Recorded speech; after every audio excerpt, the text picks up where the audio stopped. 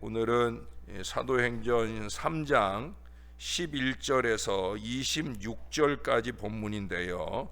좀 길어서 11절에서 20절까지만 읽겠습니다. 21절까지 읽겠습니다.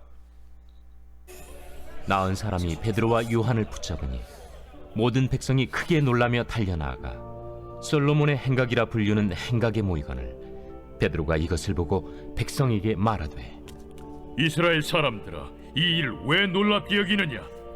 우리 개인의 권능과 경건으로 이 사람을 걷게 한 것처럼 왜 우리를 주목하느냐?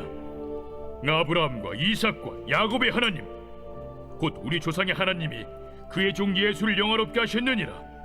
너희가 그를 넘겨주고 빌라도가 놓아주기로 결의한 것을 너희가 그 앞에서 거부하였으니, 너희가 거룩하고 의로운 일을 거부하고 도리어 살인한 사람을 놓아주기를 구하여 생명의 주를 죽였도다.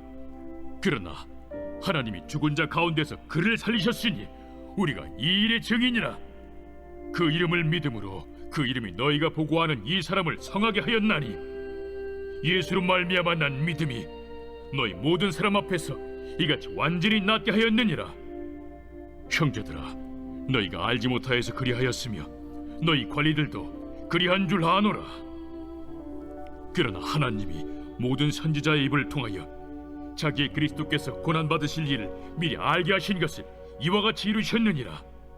그러므로 너희가 회개하고 돌이켜 너희 죄 없이 함을 받으라. 이같이 하면 새롭게 되는 날이 주 앞으로부터 이를 것이요, 또 주께서 너희를 위하여 예정하신 그리스도 곧 예수를 보내시리니, 하나님이 영원 전부터 거룩한 선지자들의 입을 통하여 말씀하신 바 만물을 회복하실 때까지는 하늘이 마땅히 그를 받아두리라. 아멘. 즐겁게 사는 것, 그것은 오늘날 모든 사람들의 소망일 거예요. 맞지요? 즐겁게 살고 싶으시지요? 우리 모두가 다 그렇습니다. 그래서 때로는 일시적 웃음이나 쾌락을 찾아 헤매기도 해요. 그래서 오히려 더 큰 죄를 지음으로 해서 다른 사람을 불쾌하게 하는 그런 경우들도 많이 보게 됩니다. 오늘 본문의 앞부분의 내용들은 얼마 전에 제가 주일날 한번 설교를 통해 여러분들과 나누었어요. 오늘은 특별히 19절의 말씀에 좀 집중하면서 은혜를 나누려고 합니다. 거기 19절에 보면 중간 이하에 보니까 새롭게 되는 날이라는 표현이 나와요. 전에도 한번 말씀드렸지만 옛날 개역 한글 성경에는 이 말을 뭐라고 표현했냐면 유쾌하게 되는 날이라고 말씀하고 있어요. 그 앞에 유쾌하게 되는 비결이 소개되어 있습니다. 여러분, 신약 성경 가운데 유쾌하게 되는 날이라는 이 낱말, 물론 이제 두 가지 단어로 표현이 되어 있는데, 그 유쾌하게라고 하는 이 말은 바로 여기에만 써 있습니다. 왜 여기만 있을까? 제가 헬라어 성경을 보니까 여기만 써 있는 이유가 있겠더라고요. 제가 그 헬라어를 여러분에게 좀 말해 드리려고 봤는데 아주 길고 어려운 발음의 단어더라고요. 아마 그래서 여기만 쓰지 않았을까 하는 그런 생각을 그저 단순하게 해보기도 했습니다. 어떻든지 간에 성경이 말하는 이 유쾌하다라는 말의 본래 뜻은 아주 기뻐서 펄쩍 뛴다라는 그런 의미입니다. 그리고 유쾌하게 되는 날이라고 하는 말의 뜻은 지금 우리의 번역처럼 새롭게 되는 날이라는 거예요. 앞서서 말씀드렸죠. 요한복음 보면서도 말씀드렸고, 또 2장 말씀에서 사도 베드로의 설교를 말씀하면서도 말씀을 드렸었습니다. 베드로는 누구보다도 이 유쾌하게 되는 날, 새롭게 되는 날에 체험을 한 사람이에요. 그래서 이 선언을 담대하게 하고 있어요. 오늘 여러분 12절부터 이어지는 베드로의 설교를 우리가 이 드라마 바이블로 이렇게 들어보니까 어떻습니까? 그 목소리가 막 너무 힘있잖아요. 이전에 베드로의 모습하고는 비교할 수 없을 정도로 아주 힘차고 담대합니다.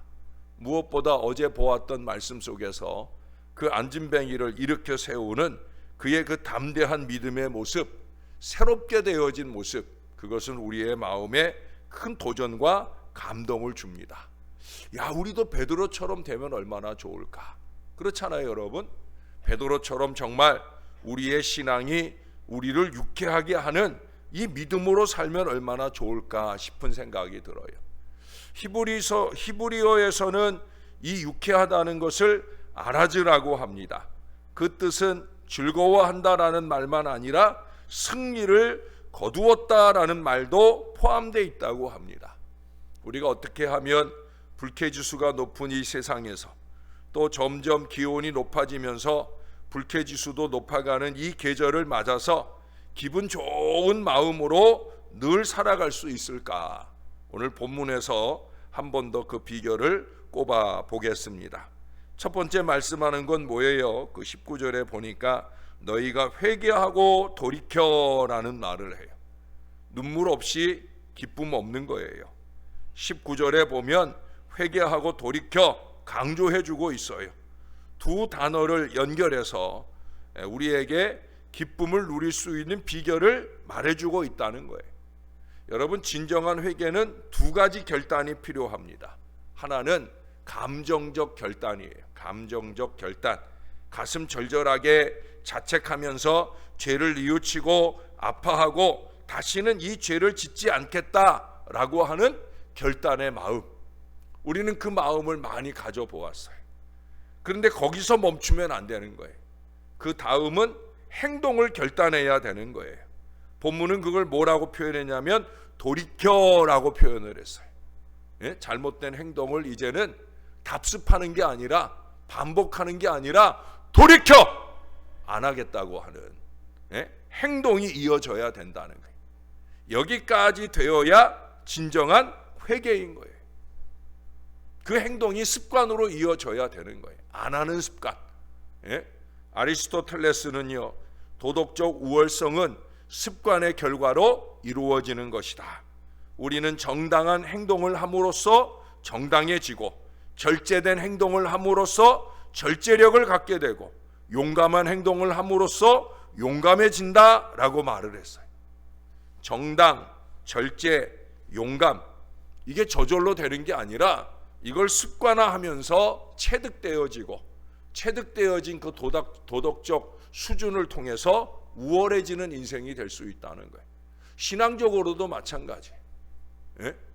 우리가 신앙적으로도 우월한 신령한 신앙의 수준에 이르려고 하면 이 거룩한 습관들을 자꾸 노력해야 되는 거예요. 행동해야 되는 거예요. 습관도 행동도 절제하고 통제할 수 있어야 됩니다. 여러분, 자신의 습관을 한번 점검해 봅시다. 앞서 나열해 드렸던 그런 긍정적인 습관들이 익숙해져서 자신은 물론이고 하나님이나 다른 사람들을 유쾌하게 하며 살고 있는 게 맞느냐 하는 거예요. 아니면 하나님께서 보신다면, 또 사람들이 본다면 눈살 찌푸릴 모습, 가슴 답답한 습관들을 답습하며 살고 있는 것은 아닌가 하는 것이. 어제도 콜린 파월을 통해서 말씀드렸잖아요. 누군가 나를 보고 있다. 하나님께서 나를 지켜보고 있다. 콜린 파월은 그래서 최선을 다하는 습관을 살면서 하나님께도 영광이 되고 자신의 미래도 발전시키는 건강한 인생이 되었어요. 여러분, 우리도 우리의 습관들을 좀 점검해 봐야 됩니다. 하나님을 유쾌하게 하고 있는가? 아니면 불쾌하게 하고 있는가? 사람들을 유쾌하게 하고 있는가? 아니면 불쾌하게 하고 있는가? 무엇보다 내가 스스로 생각에 그것이 나쁜 것이다 라고 판단이 되면 여러분, 빨리 돌이킬 수 있어야 된다는 거예요.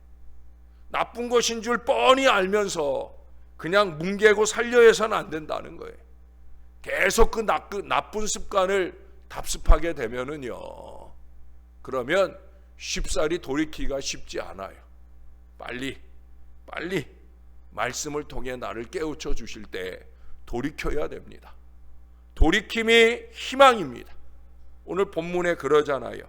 회개하고 돌이켜야 유쾌한 날, 새로운 날이 이른다고 말씀하고 있어요. 돈을 벌어도, 새 집을 사도, 여행을 해도, 잔치를 해도, 사람을 만나도 기분이 우울하고 인생이 어두운 사람이 있다고 하면, 그리고 그 원인이 회개하지 않고 숨겨둔 죄에 있다고 하면 지금 여기서 회개하면 되는 거예요. 그러면 주께서 유쾌하고 기분 좋은 날을 우리에게 주시는 것입니다. 이를 위해서 이미 우리 예수님은, 아니 우리 하나님은 그 아들 예수 그리스도를 우리 위에 주셨고, 예수님은 그 하나님의 뜻대로 그 하나님을 기쁘시게 하기 위하여 십자가에 달려 죽으셨어요. 그 다음 말씀하는 게 뭐예요? 죄 없이 함을 받아야 되는 것을 또 말씀하고 있어요. 여기서 말하는 이 죄 없이 함을 받는다라는 말의 뜻은 종이나 돌에 쓴 글씨를 지워버리는 걸 말하는 거예요. 우리의 죄로 얼룩진 그것을 지워버린다. 그런데 내가 내 죄를 지워버릴 수는 없어요.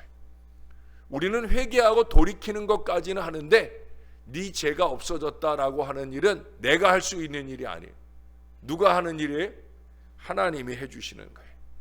오직 예수 그리스도의 보혈로만 지워질 수 있는 거예요. 그래서 이 사죄는 하나님께서 회개하는 내 모습을 보시고 베풀어 주시는 사랑이며 은총인 거예요. 하나님은 아들을 내주시면서까지 그 은총을 예비해 주셨습니다. 누구보다 우리를 용서해 주시기를 간절히 원하시는 하나님이시라는 거예요. 우리가 회개하고 돌이키기만 하면 마음의 절절한 결단을 삶의 결단, 삶의 행동, 삶의 습관으로 이어갈 수만 있다고 하면 우리 하나님은 언제든지 우리의 죄를 지워주시기 원하신다는 거예요. 시편 51편은 회개의 시예요. 다윗이 밧세바의 아내 밧세바를 취하고 난 뒤에 그가 하나님 앞에 그 죄를 깨닫게 되었을 때 절절한 회개가 시편 51편에 잘 나오고 있어요. 그 1절의 시작을 이렇게 고백합니다. 주의 많은 긍휼을 따라 내 죄악을 지워 주소서. 시편 32편 5절에도 보면 주께 내 죄를 숨기지 아니하였더니 곧 주께서 내 죄악을 사하셨나이다 라고 고백을 합니다. 시편 34편 18절에도 여호와는 마음이 상한 자에게 가까이 하시고 충심으로 통회하는 자를 구원하시는도다 말씀합니다. 이사야 43장 25절에 나 곧 나는 나를 위하여 내 허물을 도말하는 자니 내 죄를 기억하지 아니하리라. 우리 주님께서 약속해 주시고 계셔요. 하나님이 친히 우리의 죄를 지워서 없애 주시고 다시는 기억하지도 아니하겠다 말씀하고 있어요. 어느 부잣집 도령이 꿈에도 그리던 새총을 갖게 되었어요.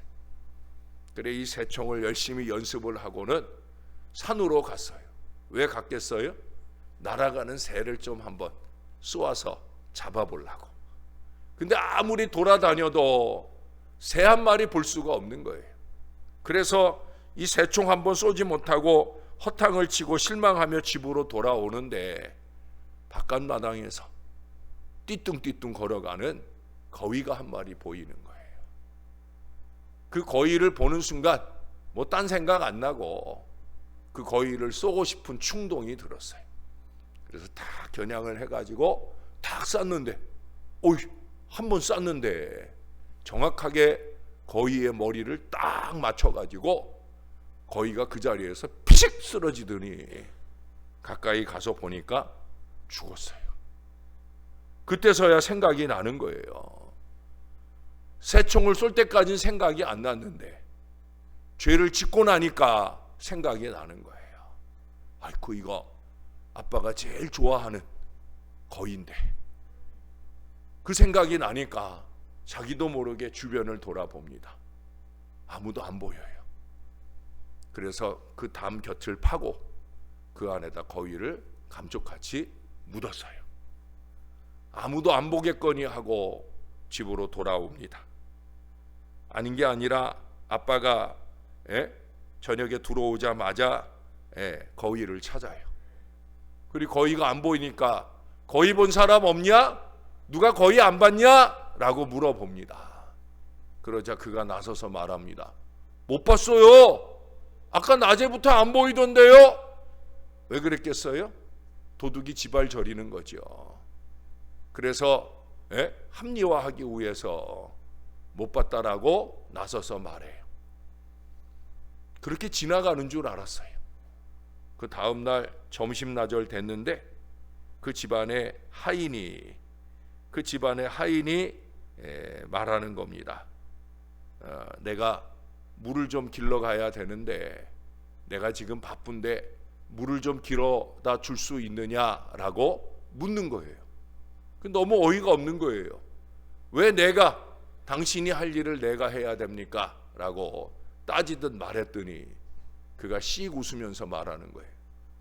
어제 거의 죽여가지고 다음에 묻던데 내가 아버지께 말씀드릴까요? 아버지께 말씀드리면 아버지한테 꽤 혼날 건데 라고 얘기하는 거예요. 어떻게 했겠어요? 물 길어다 줬지요. 그 뒤로부터는 이 종의 하인이 됐어요. 종의 노예가 됐어요. 장에 갔다 오라면 장에 갔다 와야 되고, 물 길러 오라고 하면 물 길러 와야 되고, 마당 쓰려고 하면 마당 쓸어야 되고, 종이 아니라 자기가 그 종의 노예가 돼서 살게 되는 거예요. 계속 그렇게 살 수 있어요? 며칠 동안을 그렇게 살다가 도저히 안 되겠다 싶어서 어느 날 저녁에 아버지 앞에 무릎을 꿇었어요. 아버지, 사실은 제가 이마이마해서 이런 잘못을 저질렀어요. 아버지 용서해 주세요 하고 달깃동 같은 눈물을 뚝뚝 흘리면서 아빠의 불효령을 기다리고 있는데, 아빠가 크게 호통을 치지 않고 아빠가 타이르듯 말하는 거예요. 아빠는 이미 알고 있다. 너가 담 밑에 거위를 묻을 때 그때 아빠가 봤어. 근데 네가 이렇게 스스로 말하기를 기다렸어. 네가 스스로 잘못했다 말하고 네가 다시는 그런 잘못을 저지르지 않게 되는 그 마음의 결단을 아빠는 소원하고 기다렸다. 얘야 고맙다, 고마워 라고 용서해 주시며 말씀하는 거예요. 그 다음날 그놈의 하인이 또 일을 시키려고 나 물 길러 와야 되는데 물 좀 길어다 줄 수 있느냐 물어요. 뭐라고 대답했겠어요? 그건 당신이 하시오 라고 말합니다. 그러니까 아빠가 알면 큰일 날 텐데 라고 말하는데 아무렇지도 않게 씩 웃고 지나가더라 하는 얘기입니다. 여러분, 기분이 좋아졌겠죠? 아들은 너무나 편안하게 기분이 좋아졌을 거예요. 자유하여 죄 없이 함을 받으면 기쁘고 평안하게 되는 거예요. 죄 없이 함을 받으면 나만 유쾌하게 되는 게 아니에요. 하나님도 기뻐하시는 거예요. 여러분, 습관을 좀 정리하셔요. 게으르고 나태한 습관을 좀 정리하세요. 죄악된 습관을 좀 정리하세요. 하나님 앞에 잘못했다 하시고 이제는 하나님이 원하는 거룩한 믿음의 삶을 잘 살아가겠다. 신령한 습관을 체득하며 살아가겠다. 주님 앞에 그 믿음의 결단을 올려드리는 저와 여러분들이 되어지기를 바랍니다. 기쁨도 평안도 기분 좋은 일도 그 근원은 하나님이셔요. 그러니까 바울은 빌립보서에 보면 매 장마다 하는 얘기가 뭐예요? 주 안에서 기뻐하라고. 누구 안에서? 주 안에서. 하나님 안에서 기뻐하라고, 항상 기뻐하라고 말하고 있어요. 여러분, 항상 기쁠 수 있으려면, 유쾌하게 사는 신앙을 살려면 나의 신앙하는 모습 때문에 하나님도 다른 사람도 이 부족한 종도 좀 기쁘시게 해 주시려면 여러분 다른 거 없어요.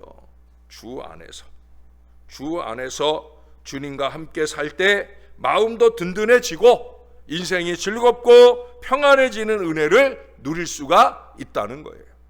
예수 안에 기분 좋게 살아가는 저와 여러분들이 되어야 할 것입니다. 예수 밖에서 누리는 기쁨은 일시적이요 썩어질 거예요. 예수 안에서 회개하고 돌이켜 죄 없이 함을 받음으로 누리는 그 거룩한 기쁨이 저와 여러분 안에 늘 넘쳐나기를 우리의 구주 되시는 예수님의 이름으로 간절히 축원합니다. 기도하겠습니다. 베드로가 얼마나 유쾌한 신앙 인생을 살았을까. 예수님을 3번 부인하고 그가 가슴 절절하게 그렇게 회개하며 주님께 용서를 구하고 주님을 사랑한다 고백하고 그 고백에 흔들림 없는 믿음으로 신령하고 꾸준하게 성령 충만하게 살아갈 때 그가 얼마나 유쾌했으면 그가 얼마나 담대하게 예수 복음을 증거하는 거룩한 신앙 인생이 되었는가 우리가 말씀 속에서 확인해 봅니다. 하나님, 우리들에게도 이 마음을 주옵소서. 우리들에게도 이 거룩한 습관을 주시옵소서. 회개하고 돌이켜 죄 없이 함을 받을 수 있는 이 거룩한 은혜 안에 거할 수 있도록 우리를 도와 주시옵소서. 우리의 습관을 점검하게 도와주세요. 예배하는 우리의 습관은 어떠한지, 영과 진리로 잘 예배하는지, 찬양하는 우리의 습관은 어떠한지, 가사 한 구절 한 구절에 나의 신앙의 고백을 담아 하나님께 영광되도록 나의 찬양 때문에 하나님이 흥겨워 춤추실 만한 그런 찬양으로 올려드리고 있는지 점검해 볼 수 있게 해 주시옵소서. 나의 기도가 형식이 되고 있는 건 아닌지, 정말로 내가 기도하면 기도한 대로 된다고 믿으며 믿음의 기도가 역사하는 힘이 많은 그 은혜로운 체험 속에 살고 있는지 점검해 보게 도와 주시옵소서. 내가 예배하는 태도가 하늘 아버지를 기쁘시게 하고 강단에 서서 우리 모든 행중들을 바라보는 목회자를 힘나게 하며 나의 곁에 있는 사람들에게 선한 영적 영향력을 미치는 거룩한 예배자로 살고 있는지 점검해 보게 도와 주시옵소서. 무엇보다 날마다 나의 삶을 살아가며 내가 만나는 가족과 이웃들에게 나는 과연 거룩한 영향력을 미치고 있는지 하나님, 이 아침 돌이켜보며 다시 한번 회개하고 돌이켜 죄 없이 함을 받는 유쾌한 날이 바로 오늘이 되게 하여 주시옵소서. 이제는 좀 더 의로운 행동에, 이제는 좀 더 절제된 행동에, 이제는 좀 더 순결한 행동에 우리의 삶을 끊임없이 이어가게 도와주셔서 하나님께 영광이 되고 우리의 마음에 날마다 때마다 주 안에서 행복한 삶을 살아가도록 은혜 더하여 주시옵소서. 주님의 도우심을 소원합니다. 의지합니다. 감사합니다. 우리를 강하게 하시고 기쁘게 하시는 예수님의 이름으로 기도합니다. 아멘.